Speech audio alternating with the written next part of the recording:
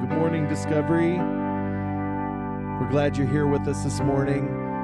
You may notice we have a smaller band this morning, and that is because we like to, a few times a year, mix it up and just make sure we're experiencing all forms of worship, kind of making things more simple and just opening ourselves to different worship experiences. So if you're able, would you stand with us this morning? We're going to sing in the house of the Lord together.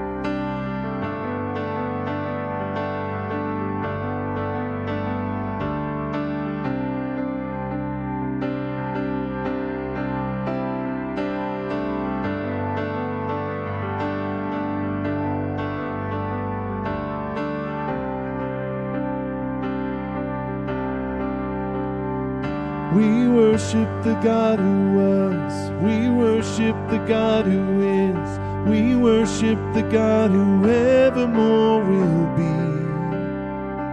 He opened the prison doors. He parted the raging sea.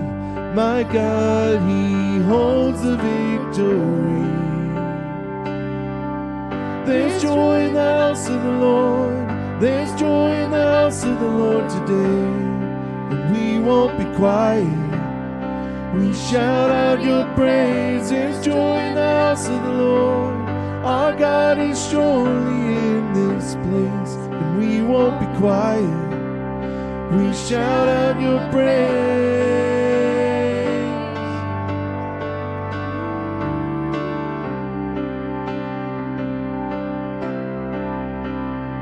We sing to the God who heals. We sing to the God who saves. We sing to the God who always makes a way.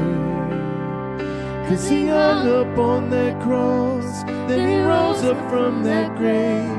My God, still rolling stones away. There's joy in the house of the Lord. There's joy in the house of the Lord today. We won't be quiet. We shout out your praise. There's joy in the house of the Lord. Our God is surely in this place. And we won't be quiet. We shout out your praise.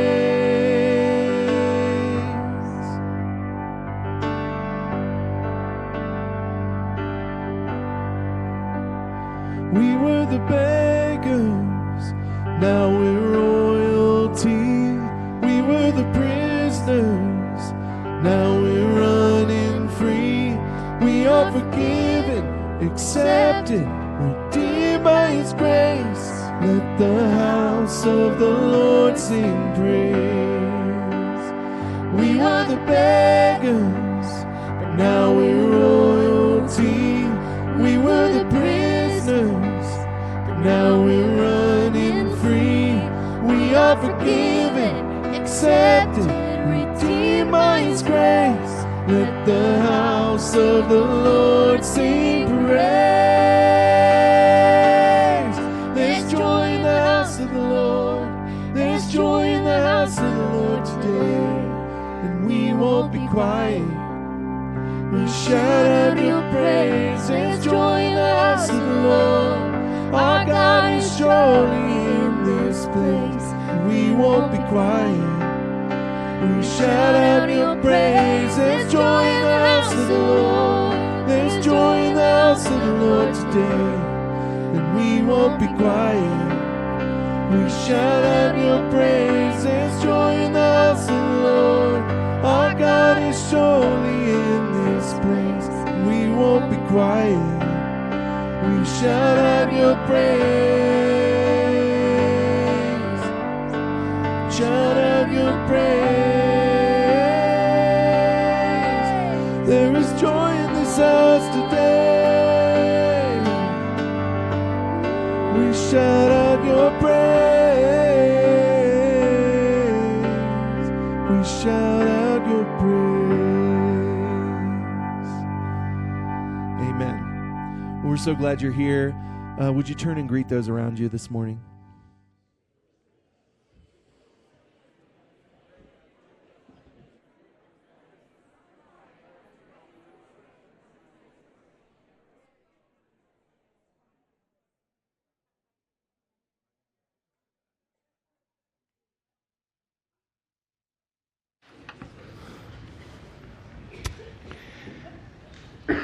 Well, good morning, Discovery Church.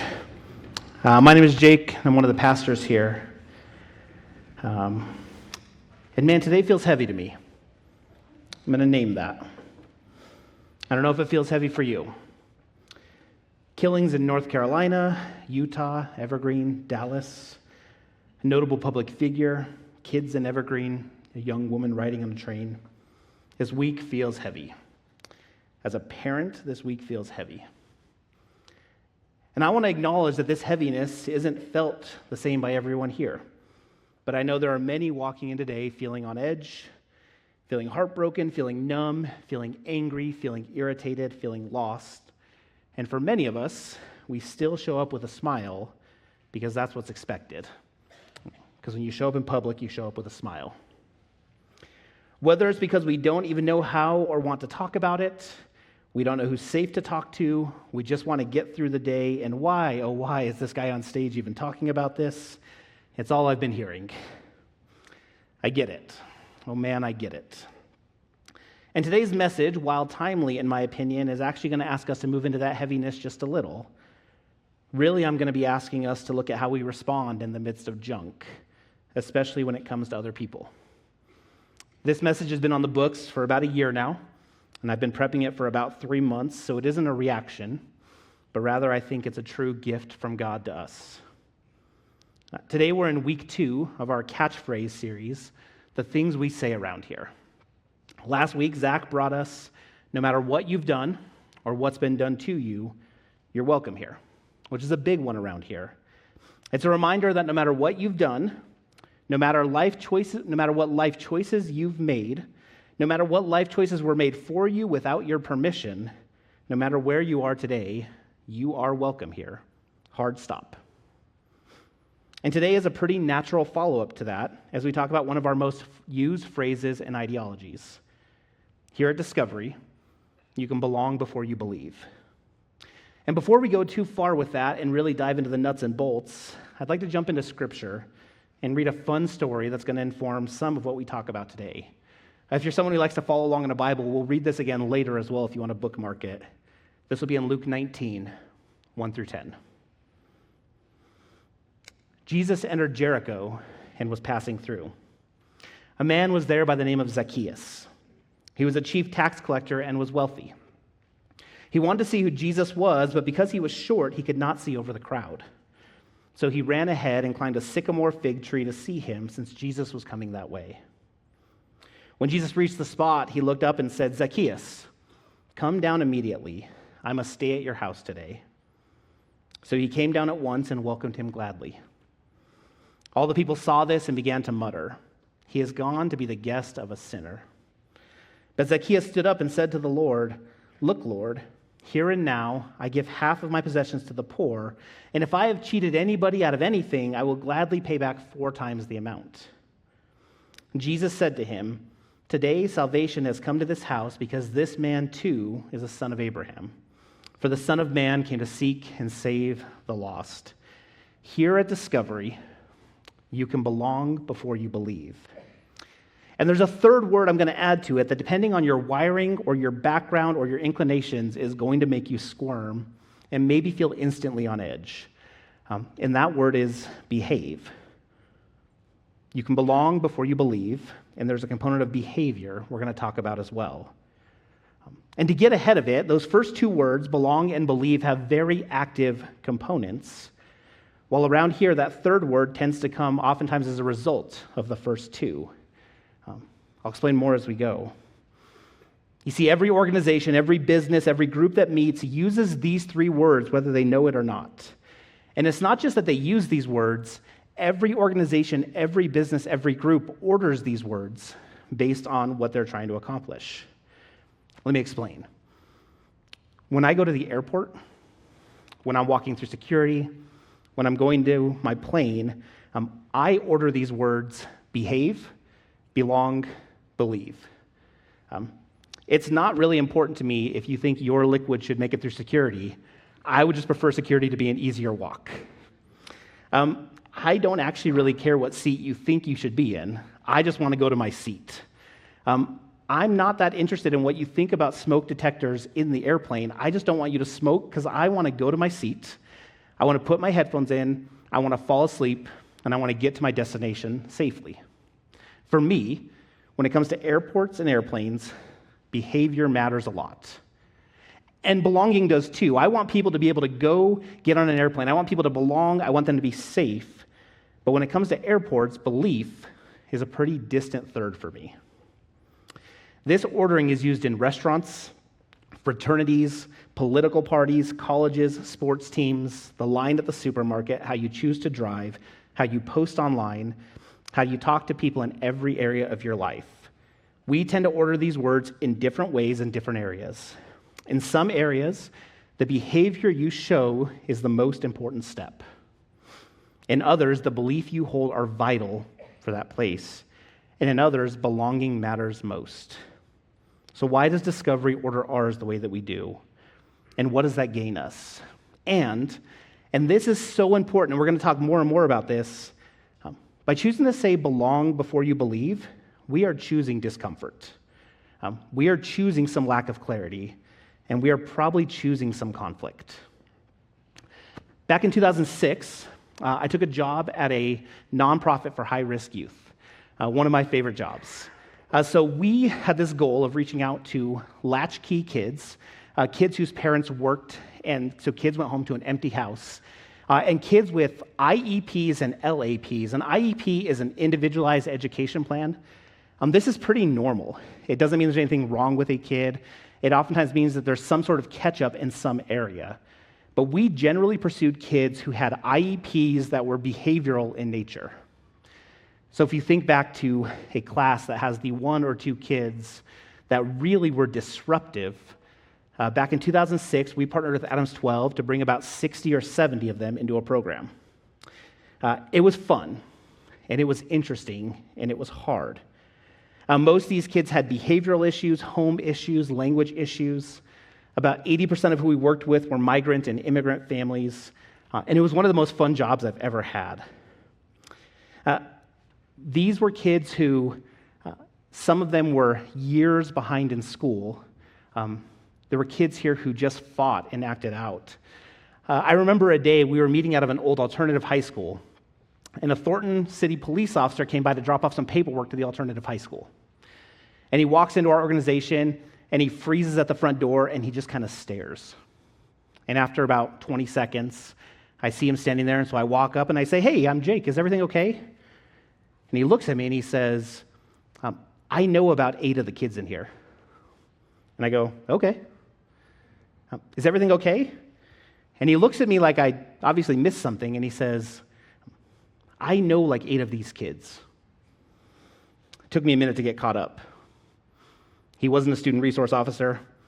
He didn't primarily work with schools, and he recognized 8 of the students we were working with. He asked me what we were doing, and I said, "Oh, we're an after-school program. I think we're doing math homework right now." He had no idea how to respond. We kind of made a little bit of small talk, and he dropped off the paperwork and left. Our kids fought a lot. There were issues with violence. There were issues with drugs. There were issues with the police. There were kids showing up whose parents hadn't been home for a couple of days. There were kids going through the day not eating. These kids had it tough. Their behavior was rough. Honestly, at that time in my life, being a big guy was helpful because there was some physicality needed just for safety. And we wanted to make sure these kids belonged. That they had a home, that they had a place to unwind, that they had a place to get a meal, that they had a place to be seen and heard, that they had a place to laugh and cry. Their behavior was rough, and we wanted to make sure they knew they belonged. Their beliefs, we'll come back to those later. 2 years into working there, I got a job here at Discovery, and I was working both jobs at once.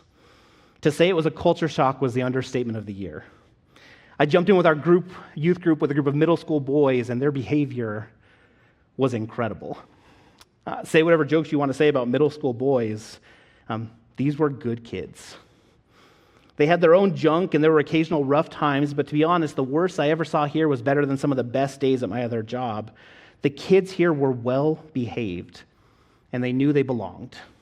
They had connection, and they had relationship. And to be honest, I struggled a lot early on here because the kids here just seemed to have it all together.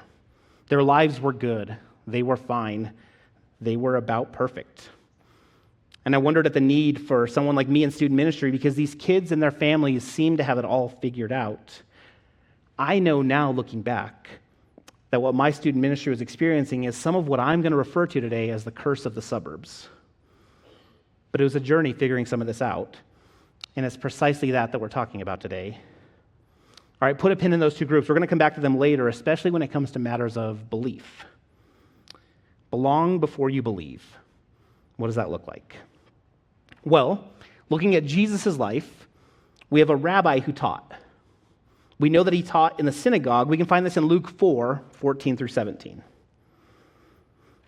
Jesus returned to Galilee in the power of the Spirit, and news about him spread throughout the whole countryside.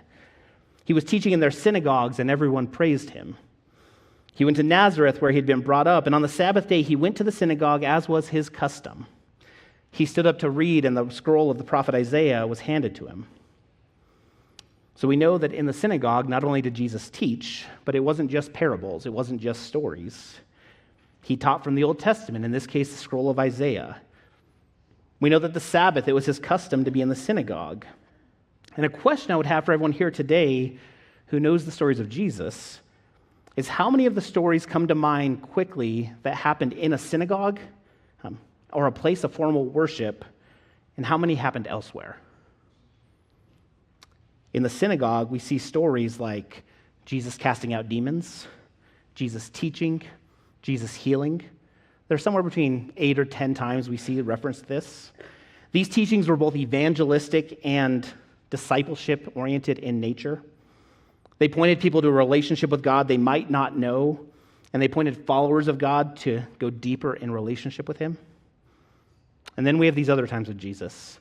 These times we see him walking around the countryside and healing the sick, bringing sight to the blind, preaching, eating with Jewish leaders, performing miracles for Romans, connecting with Samaritans, connecting with Gentiles, discipling, and bringing the gospel to a hurting world.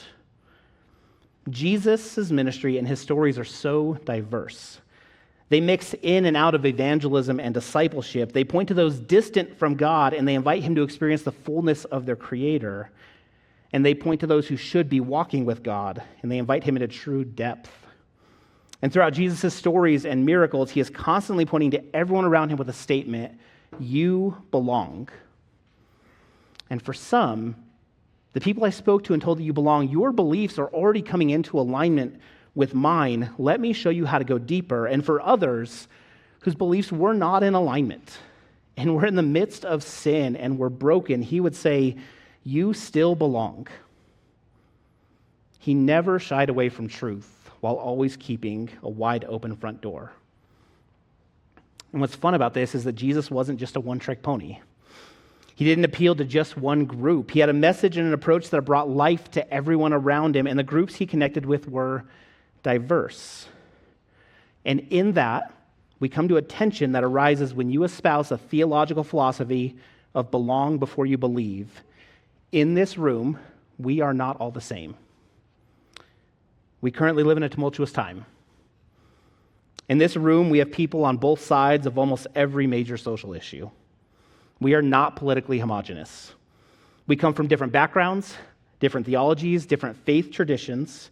We carry different levels of belief, trauma, and current junk we're going through. On any given day, you might be sitting next to someone who really is starting to get their life together or may have quite a bit figured out, or you may be sitting next to someone who is really falling apart but with a smile on their face. The curse of the suburbs. It's pretty important to look like everything's okay and look like everyone else. And Jesus lived in a more socially, spiritually, and politically tumultuous time than we do today.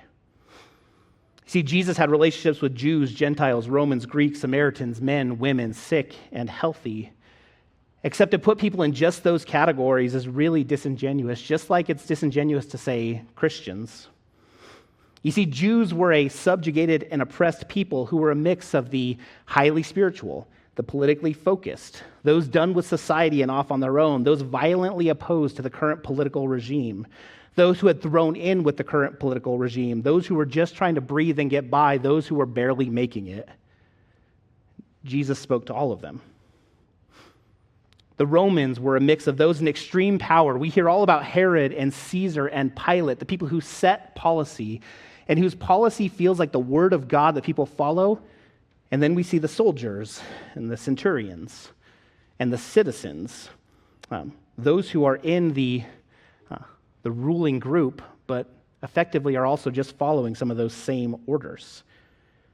Jesus had his interactions with both sets of groups. We have the Gentiles and the Greeks. Those were a part of societies that were swallowed up by the Roman Empire. There were groups like the Greeks, the Syrians, the Phoenicians, the Egyptians, the Samaritans, the Nabateans. And Jesus walked the cultural lines talking with all of them. And in some of them, there's this beautiful connection, saying our people have a history together and there are beautiful shared talking points. And then others, hey, our people have a history together and it's not good. Our people have been fighting for a long time, and Jesus walked the line to talk with all of them. I can only assume Jesus had his share of people just upset with what his people had done. He spoke with men, those who were societally more allowable for him, a male Jewish rabbi to speak to, and he spoke to women, those at the time who had less power and whose interaction was far more taboo. He spoke with those in power, those who were doing well, and those who were just getting by, and those who were falling apart. And he spoke to the sick, and he spoke to the healthy. And to one group, he offered a relationship with his Father and a spiritual healing that would affect the rest of their lives. And to the other, he offered a relationship with his Father and a spiritual healing that would affect the rest of their lives, because both groups were in such need of healing and relationship with God. In this, Jesus spoke to those who were deeply chasing God, right alongside those who were in the throes of sin. He spoke to rabbis, and he spoke to those thrown at his feet, caught in the act of adultery. And in all of these cases, he pointed toward belonging and relationship with his Father. Jesus practiced an approach wherein, by his very nature, he was constantly evangelizing, pointing people to a God who loved them. And in the next line, he was constantly discipling, pointing people toward a deeper relationship with his Father. He constantly challenged both groups into a deepening and burgeoning relationship with a God who loved them. With all this in mind, and the blurred lines between evangelism and discipleship, I think it'd be a lot of fun to go back to that story from Luke 19 one more time. Pay attention to Jesus' inherently evangelistic tone. You are welcome into a relationship with my Father. Pay attention to Jesus' inherently discipleship-oriented tone. There are next steps in your relationship to go deeper with God. And pay attention to Jesus' use of behavioral language. To be clear, he's talking to a liar and a cheater who admits it. And let's see how Jesus interacts. Luke 19, once more, 1 through 10. Jesus entered Jericho and was walking through. A man was there by the name of Zacchaeus. He was a chief tax collector and was wealthy. He wanted to see who Jesus was, but because he was short, he could not see over the crowd. So he ran ahead and climbed a sycamore fig tree to see him, since Jesus was coming his way. When Jesus reached the spot, he looked up and said to him, "Zacchaeus, come down immediately. I must stay at your house today." So he came down at once and welcomed him gladly. All the people saw this and began to mutter, "He has gone to be the guest of a sinner." But Zacchaeus stood up and said to the Lord, "Look, Lord, here and now I give half my possessions to the poor. And if I've cheated anybody out of anything, I will pay back 4 times the amount." Jesus said to him, "Today salvation has come to this house, because this man too is a son of Abraham. For the Son of Man came to seek and save the lost." Zacchaeus' behavior was not good. When he comes and says he's going to give half his money away and he's going to give 4 times what was cheated, those were not just throwaway statements. There were people in that crowd who were lied to and cheated by this man. Zacchaeus had made some poor and hurtful choices that affected the people around him. And when it came to belief, Zacchaeus was probably Jewish based on how Jesus talked to him. Zacchaeus, in offering to give half his possessions to the poor and pay back 4 times the amount, may have been referencing Exodus 22:1. Whoever steals an ox or a sheep and slaughters it or sells it must pay back 5 head of cattle for the ox and 4 sheep for the sheep. Zacchaeus knew the scriptures, he knew the rules, he knew what he had done, and he went to repay. Despite all of this, Jesus opened with a sense of belonging. He didn't call out the behavior. He didn't call out the failed belief. Zacchaeus, come down. I'm coming to your house. Everyone around knew about the man's behavior and belief, and Jesus offered belonging. And from that belonging, from that radically inclusive invitation from Jesus, Zacchaeus was invited to assess his beliefs and behaviors and create change. Jesus was this whirlwind of invitation and change. Regardless of which group he's connecting to, you see this wild invitation as people are invited into life-giving relationships. And you know what's fascinating to me? Societally, that view of Jesus has never changed. Jesus still polls really well today. But when you compare how Jesus polls today to societal views on Christianity, pastors, and churches, there is a stark difference. There are hundreds of books written on the topic. I have a few photos to show up here, but in general, for the last 2,000 years, Jesus has polled really well. And while there's a notable difference between how people of faith and people who don't have a faith look at Jesus, Jesus continues to be an anchor that people look at in our society.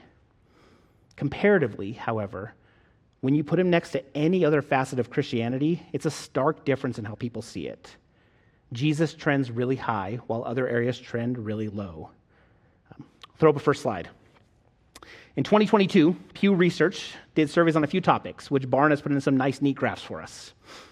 Again, there are hundreds of books written on this. I'll give a few seconds to take a look at it. Most important thing to point out, the purple line is this question to Christians. The gray line is this question to those of no faith. The orange is other faith. I'll give you just a second to look at it.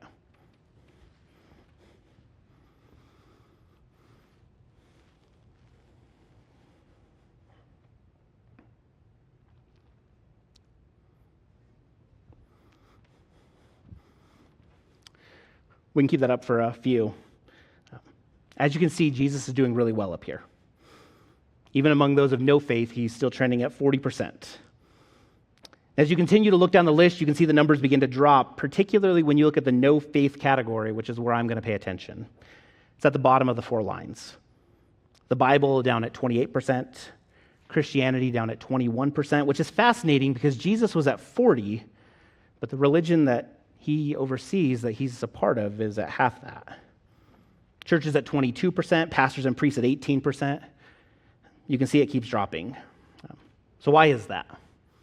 Why does Jesus consistently poll so high and other areas poll so low? In fact, if you continue to look at studies that have come out in the last few months, Jesus' numbers are actually on the rise in our culture. The rest are not doing as well. There was another question asked in this survey, and it was about what causes people to doubt Christianity. People were allowed to choose multiple answers, and there are a number of different data points for this. I have a slide showing the top 5 for each category. Throw it up for a second. Again, Christians, people of other faith, and people of no faith.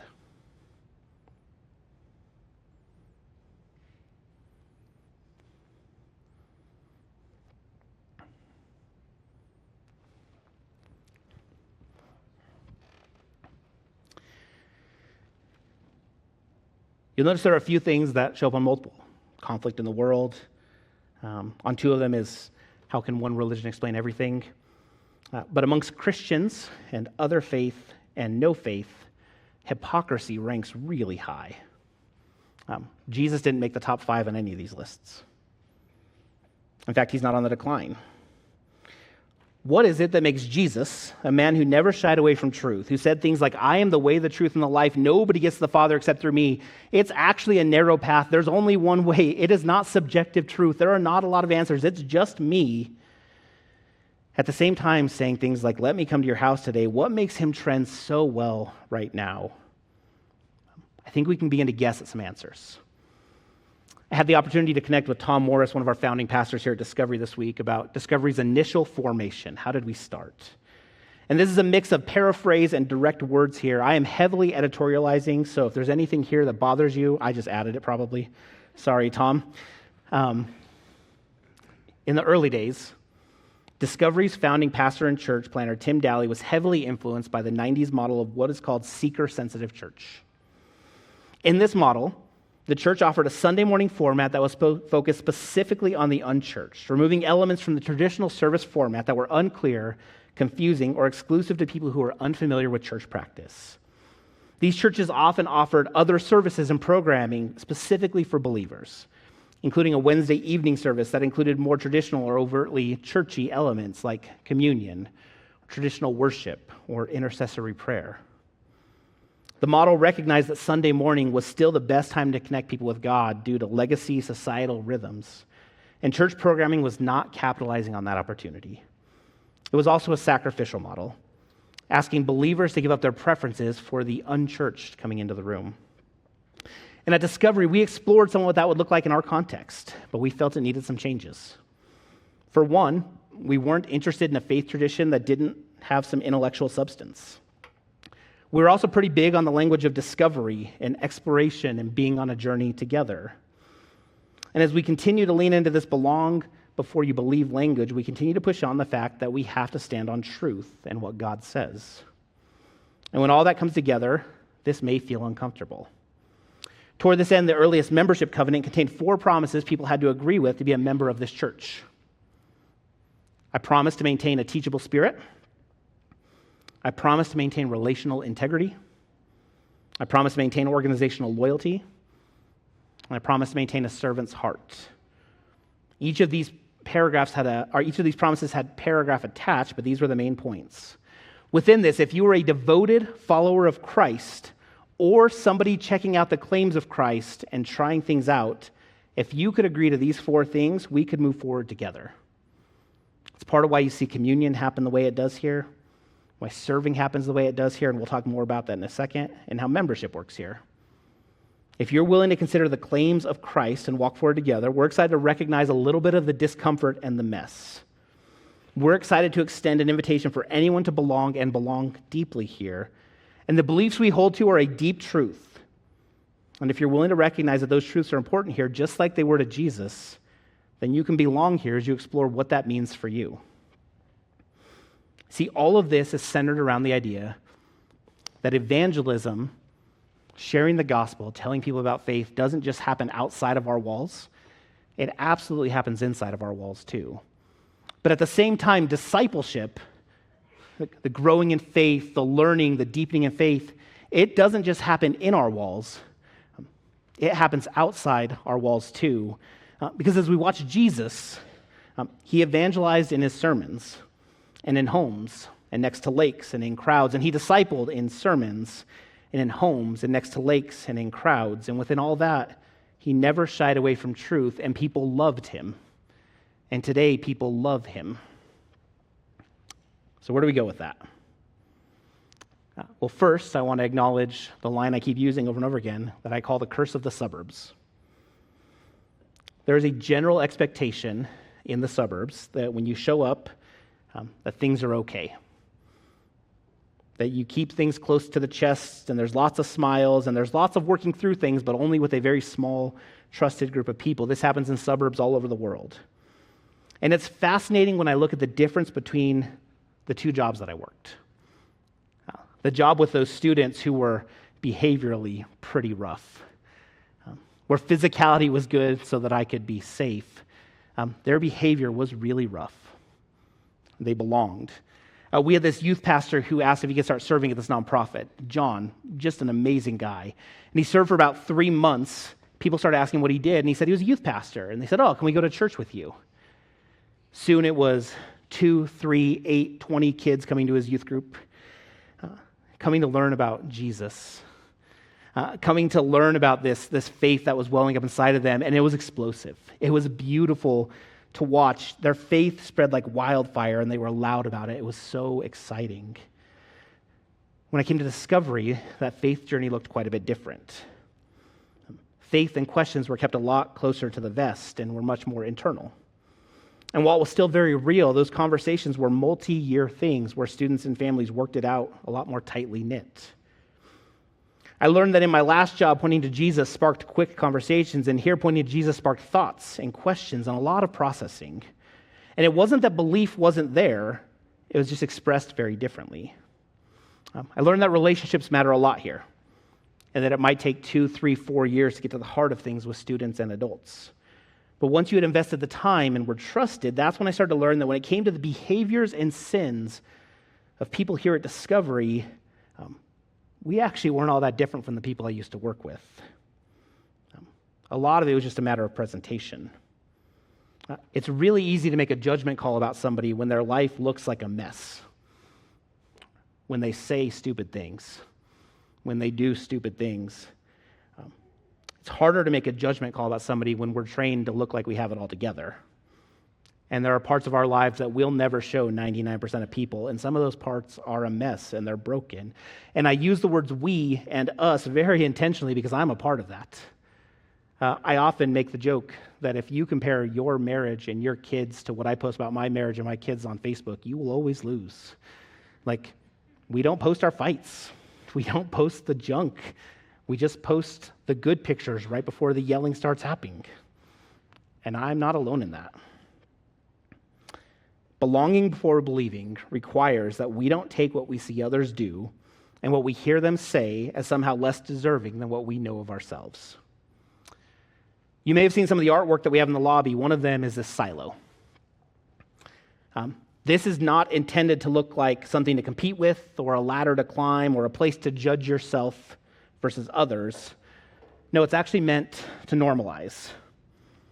You see, this first chunk of the silo, this bottom part, is indicative of someone's introduction to faith and the early steps in their faith journey. As you look closely, you can also see percentages on here. These percentages indicate the rough percentage of Christians at each area of their faith journey. Most people tend to get somewhere around the middle of the silo in their life. And the way you measure your worth isn't for every person here to graduate to the very top or compare where you are to others. No, this is just an example of the Christian life. This is descriptive, not prescriptive. If you're in that first set of doubt, that's normal.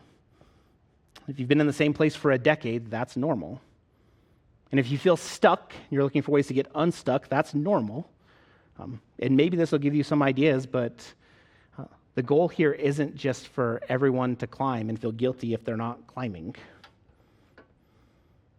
And if we just judge people by behavior and outside appearance, it's so easy to miss that all of us are on this journey, no matter who we are. Because for someone whose behavior and outside appearance may not seem great, or for someone whose theology doesn't seem to fit yours, or the way they talk just gets under your skin, or the beliefs they hold just seem so wrong, God wants them to belong and have a place in his church. And for those of us whose behavior looks so good, and we keep it together so well, and nobody would guess the crap that we're going through, the crap we do, the sins we hold, because it would be the worst thing ever to put that out for others to see. We know that our behavior is not always in alignment with what we wish it was or what it should be.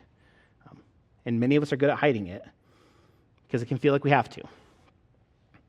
Discovery aims to be a church where you can belong before you believe, regardless of junk, regardless of behavior, regardless of where you are in your faith journey, because we seem to see Jesus offering that over and over again.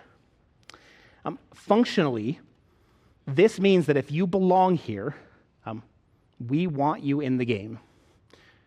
There's an idea that you might belong and then kind of sit in the sidelines till you have it figured out. We just functionally don't believe that. We believe that when you belong, you should be a part of it. You should be in community. You should have people. You should feel free to serve. You should feel free to jump into things. You should feel free to be a part. I have a good friend who is a German Methodist pastor. She came to Discovery and saw someone on stage leading us through communion. And after service, she had a few questions for me. She said, "Oh, was that one of your pastors?" I said, "No." She goes, "Oh, was that an elder or a deacon?" I said, "No." "Oh, is that somebody who you've ordained?" I said, "No." They said, "Well, then who was that?" I said, "Oh, that's one of our volunteers who leads us through communion. It's a member of our church." And she said, "Well, then how can they pass out the elements?" Functionally for her, communion is handled by people in authority because of the sanctity of the communion elements. For us, communion is presented from the stage by a priesthood of believers in our church, which is anyone who professes faith in Jesus because of the sanctity of the elements. We believe all are welcome to the table. If you belong here, jump into the game. As I start to wind down, I'll invite the worship team back up. I have so many stories I could end with here. The sermon's already going on longer than normal. I could share about the founder of the Arab American Friendship Center in Broomfield, New York, a young Muslim woman adopted by a local church in Brooklyn who gave her life to Christ as they surrounded her with love. Behavior and beliefs were not there. She belonged. She knows Jesus. I could share a dozen more stories about the nonprofit I worked at, and this youth pastor extended love over and over and over again and changed the lives of people despite some pretty rough behavior. I could share stories about things that happen here. I could share stories about adults in the room right now who've had this experience of love and acceptance, and I could share stories of adults in here who've had this experience of dismissal and ridicule and not finding a place they belong and being afraid to speak. I could share stories about online interactions or interactions on a Sunday morning or a retreat that just don't fit the sense of belonging, and you could too. You all just have as many stories as I do. Here at Discovery, you can belong before you believe. We intentionally believe that evangelism happens inside and outside our walls, and discipleship happens inside and outside our walls. And as I look at the reception that Jesus gets, I think it's because Jesus walked into every single interaction with every single person he met, regardless of where they were, regardless of what they believed, regardless of what they did, and he said, "You have value, and I want you to know that you are made in the image of God and for a relationship with God. He made you, he loves you, and he desperately wants a relationship with you. And as much as the world offers all these different truths, there is only one way to heaven, and it's through my Father." That stance was so freaking attractive that 2,000 years later, people still love him. Here at Discovery, because we blur the line, that means that when church ends here in about 20 minutes, we don't believe church is over. We actually believe that's the beginning. We think church continues when you walk outside, when you go out to eat, when you take your kids to school, when you show up at work, when you post online, when you interact with people whose lifestyles and opinions just get under your skin, and there are plenty. That's church. It's an opportunity to open with belonging. I think the thing that changes some of those numbers we showed earlier is this idea of church being a hospital and being a place where you know we show up not knowing what we're doing. You know that people are sick, but you also know that every interaction starts with an invitation for healing and belonging, regardless of belief and behavior. I can't question what would happen to Zacchaeus if Jesus had opened with fire and brimstone. But I know what happened with Zacchaeus when he opened with belonging. It was life-changing. As a church, you can belong before you believe here, and that extends beyond these walls. You're an ambassador to this way of living. And man, I just have this prayer that when people take these kind of polls, they have an answer, and then they have a discovery answer, because they know this is a safe place to go and ask questions and argue and figure it out, and that just is good. Here you can belong before you believe. Let's pray.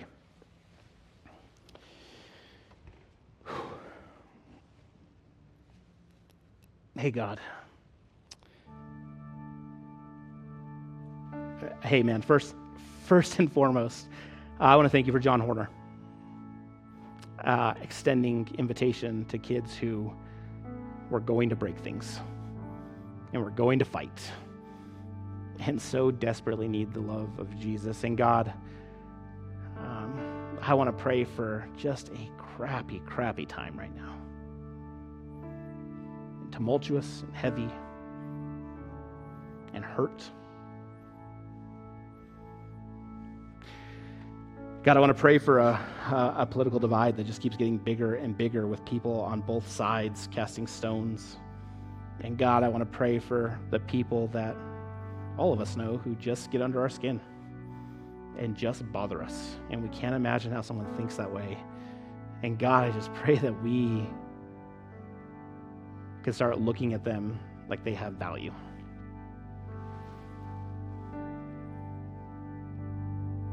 Which doesn't mean agreeing. It doesn't mean accepting. But God, we fully know that you created us to be with you. And you see our value. Jesus, I love that people love you. And I want to be the best ambassador for that. God, thanks for a church that gets to try things out. Thanks for a place that no matter what you've done or what's been done to you, you're welcome.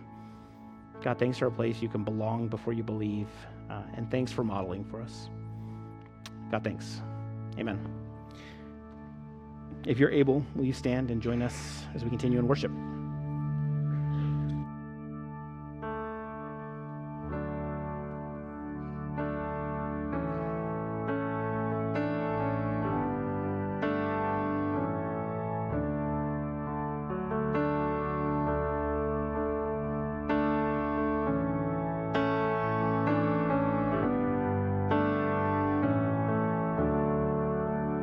Come thou fount of every blessing, tune my heart to sing thy grace.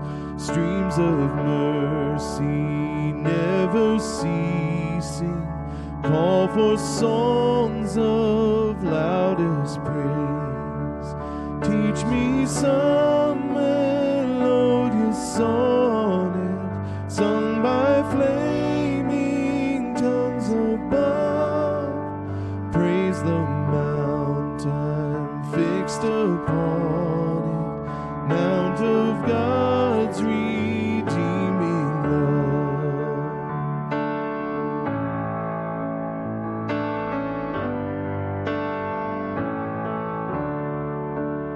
Here I raise my Ebenezer, hither by thy help I'm come, and I hope by thy good pleasure safely to arrive at home. Jesus sought me when a stranger, wandering from the fold of God, he to rescue me from danger interposed his precious blood.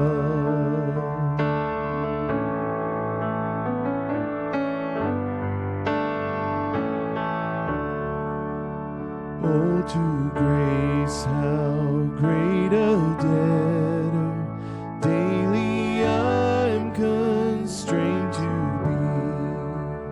Let thy goodness like a fetter bind my wandering heart to thee. Prone to wander, Lord, I feel it, prone to leave the God I love. Here's my heart, oh, take and seal it for thy courts above. Prone to wander, Lord, I feel it, prone to leave the God I love. Here's my heart, Lord, take and seal it for thy courts above.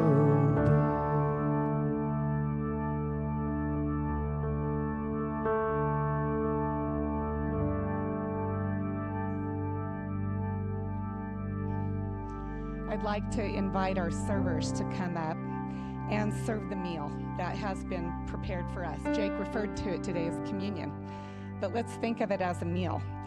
And the servers are going to be passing around trays where you get to take a wafer and you take the cup that represents the meal prepared by Jesus. I've often joked that Christianity is not a spectator sport. Jesus' life was not meant to just observe from afar or even just sit and merely study in a series of books. The life of Jesus Christ is an experiential encounter with divine love, eternal love, and everybody gets an invitation to that, to participate and to stop being just a spectator. So today, during this meal, can I ask you to consider how Jesus ushered in a new way to experience God's love that's even new today to us? A love that is better than life itself. A very real presence available at all times and in all places. a mighty power at work within us to change our thoughts, our hearts, our lives. An invitation to come and taste and see and to be nourished and nurtured, something we all need. And perhaps today, considering this invitation to belong before you believe and behave properly, thank God for that. If that had not been an invitation 26 years ago, my husband and I wouldn't be here. We were in a rough shape. Still are most days. Maybe we can think about that motley crew that Jesus called his inner circle. Let me just list some of their characters. Self-righteous and doubting, the arrogant, the invisible, confused and misinformed, afraid and suspicious, even the hypocrite and the deceitful, and even the one with murderous intent.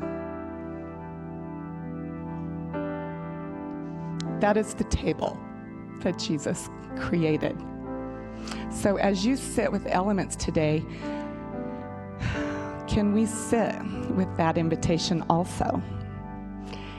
And can we be transformed by this meal?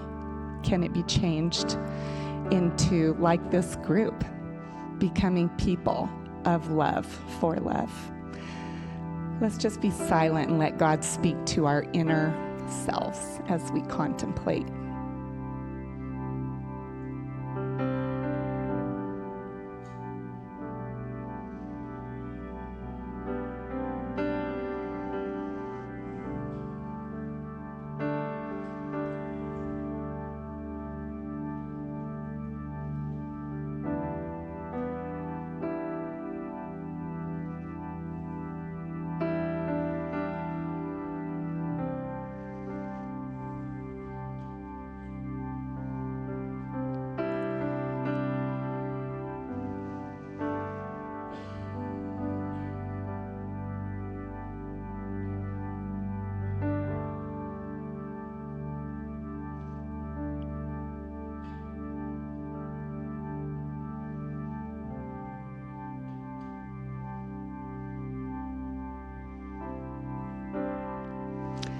So let us take and eat the bread that symbolizes Jesus' broken body for us. And let us drink the cup that represents the blood, his innocent blood that was shed for those of us.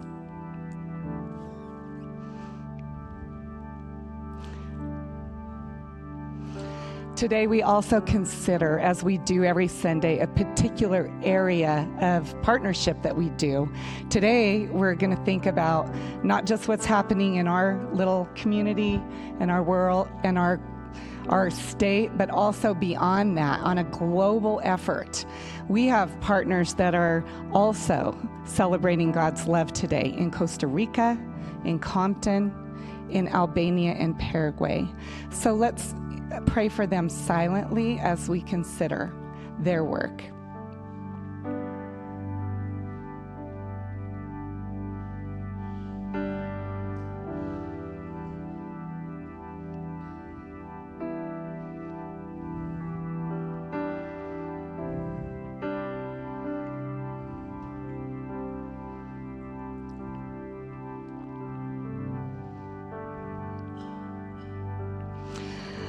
Father, I thank you for this meal. I thank you for the sacrifice of Jesus for me and for everyone in this room. Father, I thank you for the work that you are doing globally. Thank you for accepting us exactly as we are. May our hearts and our thoughts and our actions mimic your love. May we each day make a choice to be people of love, for love, with you in our context and beyond. Amen. Now I'd like you to stand and worship.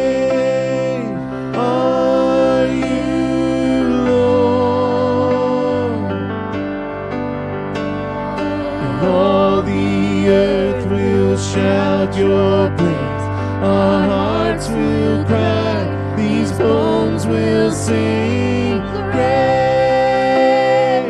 are you, Lord. It's your breath in our lungs, so we pour out our praise. Let's pour out our praise. It's your breath in our lungs, so we pour out our praise to you only. It's your breath in our lungs, so we pour out our praise. We pour out our praise. It's your breath in our lungs, so we pour out our praise to you only. Great are you, Lord.